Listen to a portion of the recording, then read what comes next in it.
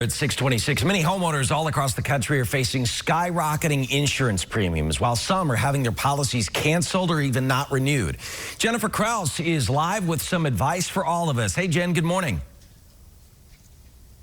Good morning. And you know, the crazy thing is that for a lot of the people who are seeing their premiums skyrocket or their policies canceled, they are in areas that are traditionally considered low risk. So you may be wondering then, why is this happening? And what can you do if it happens to you?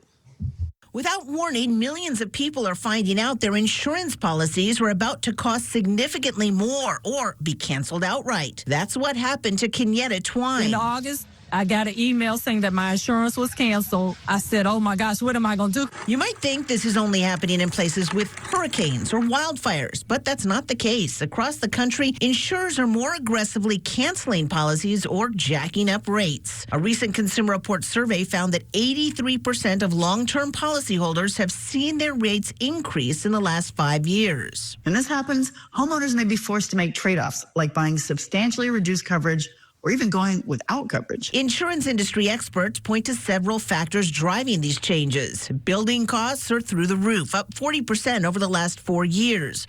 Mother Nature isn't helping either. Last year alone, weather disasters cost insurance companies $93 billion. There's no place to hide. You'll still feel this in your wallet, even if you never see a hurricane or a wildfire. And in fact, rates have risen around 34% across the U.S. between 2018 and 2023. So what can you do if your insurance is canceled? First off, contact your insurer or broker to find out why your policy isn't being renewed. At the same time, start shopping around for a new policy. Consider using a local independent insurance agent or broker who works with multiple insurers. They might know about smaller companies in your state or area.